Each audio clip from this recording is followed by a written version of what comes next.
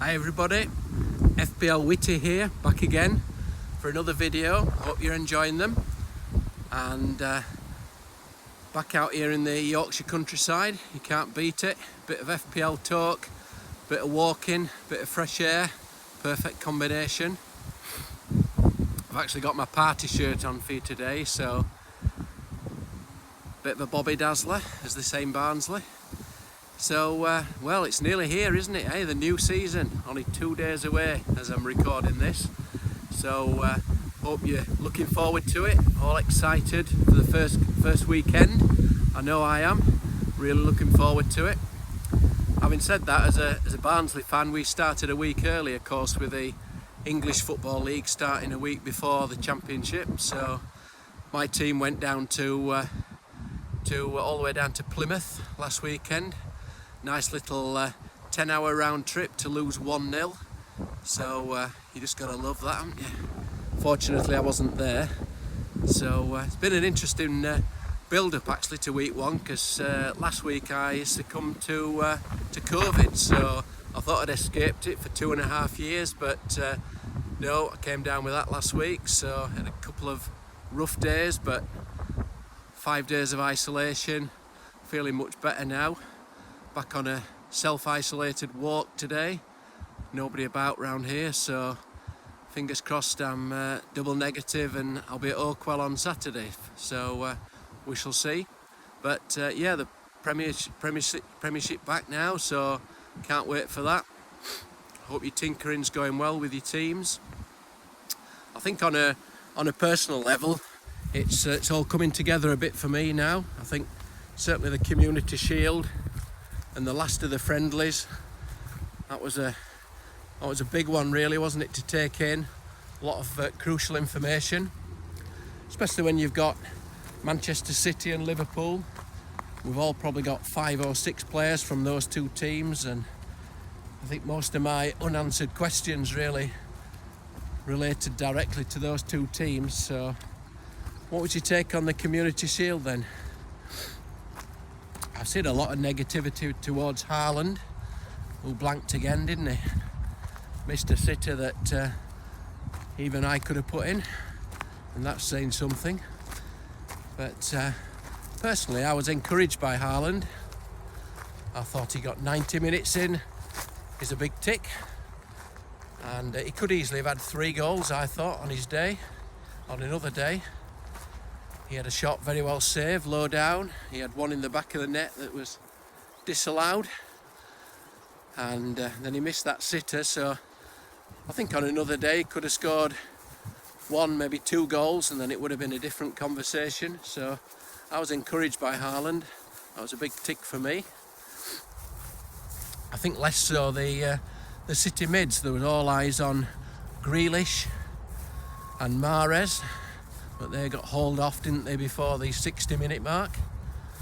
Foden was only on the bench, so I think if any one of those 3 had have caught fire, they would have been in a lot of squads this week, wouldn't they? And Manchester City have still not signed another full-back, so with Zinchenko gone, I think that means Kyle Walker's a bit of a bargain at 5 million still. Although the transfer window's still open for a while, isn't it? So he could easily have somebody else come in quite soon. I think the star of the show was obviously Darwin Núñez, wasn't he, from Liverpool? Looked a real beast. I reckon he can score plenty of goals based on that performance. The only question, of course, is that how do you get him into your team? And I think there's still some big question marks for me about whether he'll be starting in game week 1. I still think there'll be a toss-up between him and Firmino for the game week 1 team at Fulham.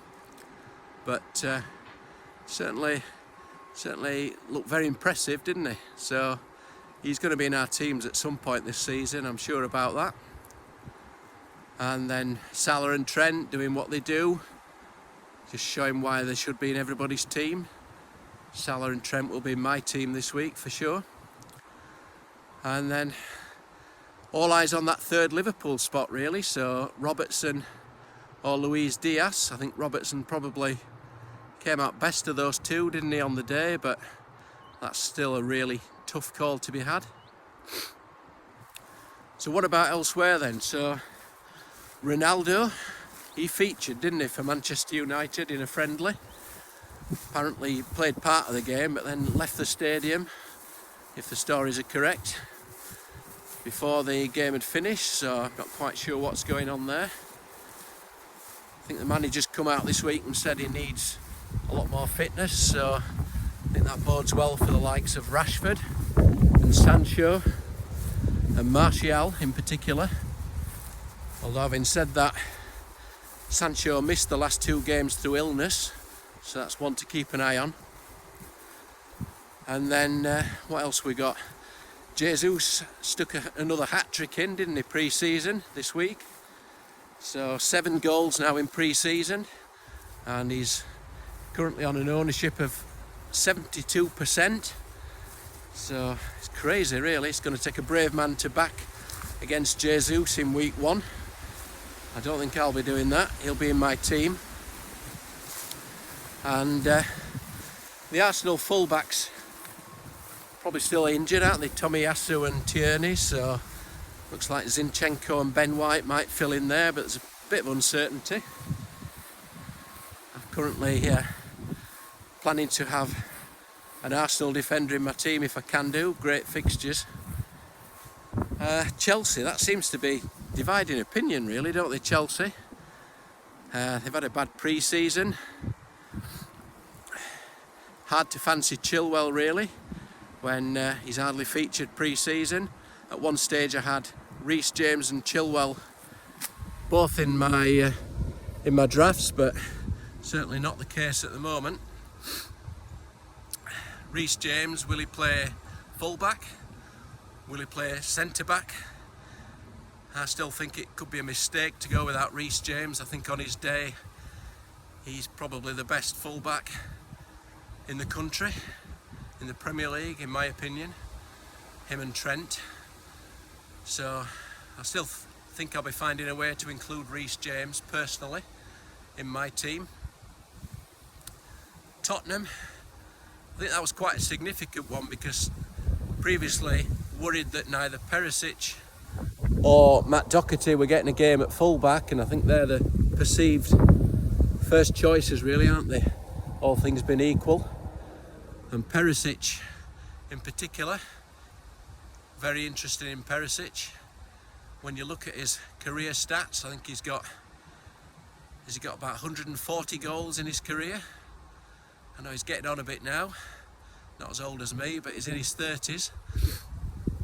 140 career goals at club level. He's got about 30 goals for Croatia, so hell of a threat if he's going to start playing. So I'm very interested in Perisic, glad to see him playing, and he looked quite good by all accounts.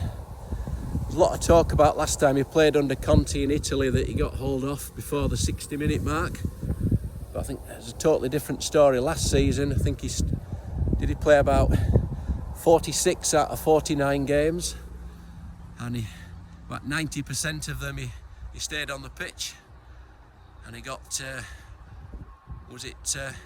18 attacking returns, including 8 goals last season. So I'm very bullish on Perisic. I really want him in my team, so all eyes on the press conference. And we had Neto and Bailey.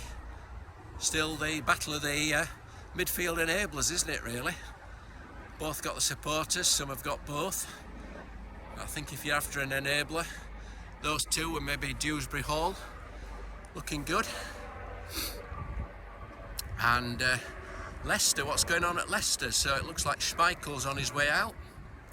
But having said that, that's created a bit of an opportunity though, hasn't it? Because if Schmeichel's on his way, if they don't sign another keeper, there's a bit of talk about the £4 million keeper Ward getting a go with the gloves. So if we get a £4 million starting goalkeeper, that's exactly what we want to see, isn't it? That could be fantastic news for FPL. But Schmeichel's leaving. Maddison is subject to a couple of bids from Newcastle. Fofana's leaving, I think. I even saw Jamie Vardy linked with Chelsea this week, so I have no idea what's going on at Leicester. Seem to be all jumping ship. Probably an avoid for me.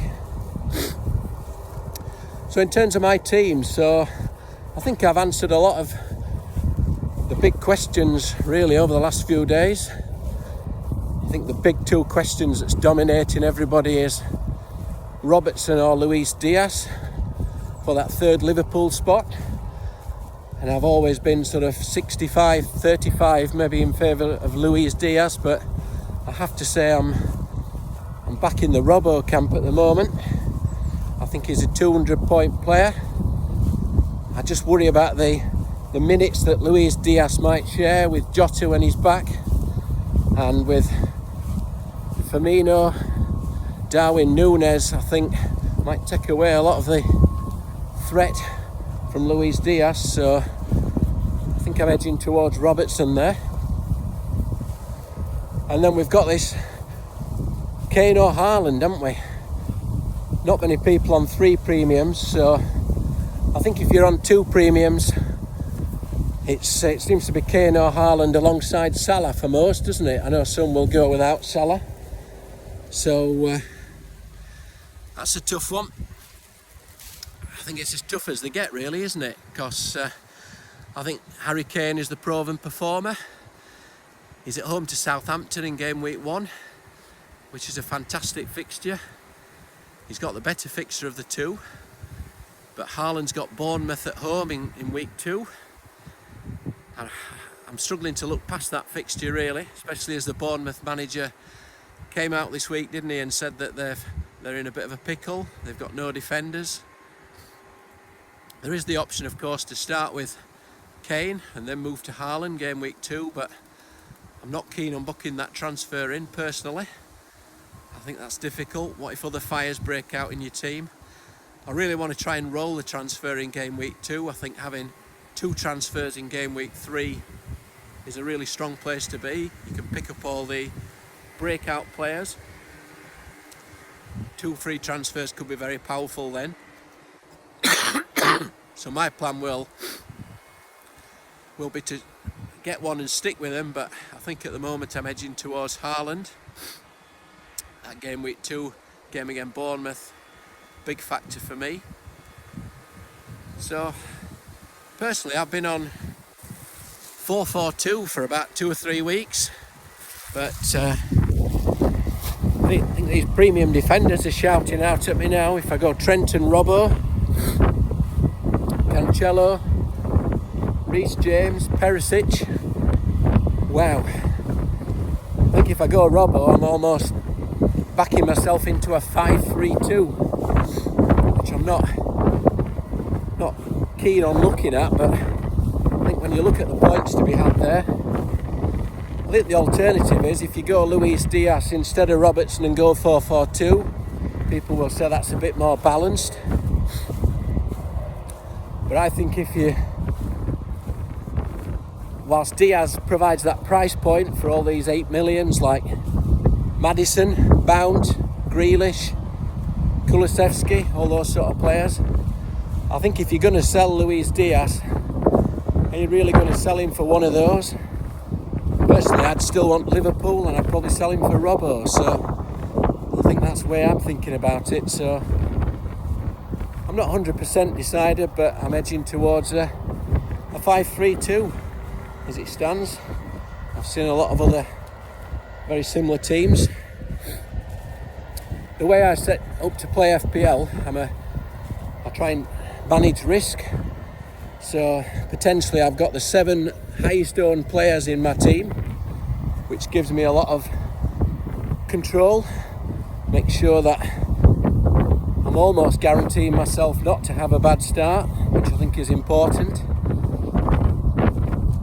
But within that model, whilst it sounds pretty dull, I've got 4 players in my starting 11 under 20%. So I think the percentages are something like 11%, 12%, 15%, 17%. So I've got I think I've got the model that I like to start with, really.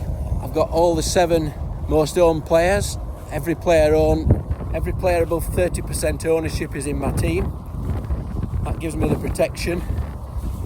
But I've got 4 differentials between 10 and 20% that I like a lot. So I think I've got the potential to attack as well. So that's where I am. That's my thinking. So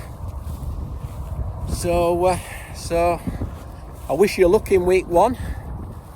It'll soon be here now. If you want to keep in touch with my team, you can do so through my articles. I write on Fantasy Football Geek once a week. You can follow me there. I'll be doing these videos once a week as well. Find me on Twitter. So I hope your game week 1 goes well. Wish you every luck in the world. Don't try and be too clever, don't be too different. Stick the captain on Salah, in my opinion. Depends what sort of risk taker you are, doesn't it?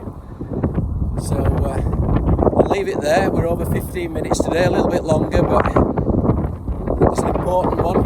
Head up to game week 1, so all the best. I'll be back next week, see how we all got on. And as they say in Barnsley, I'll see thee.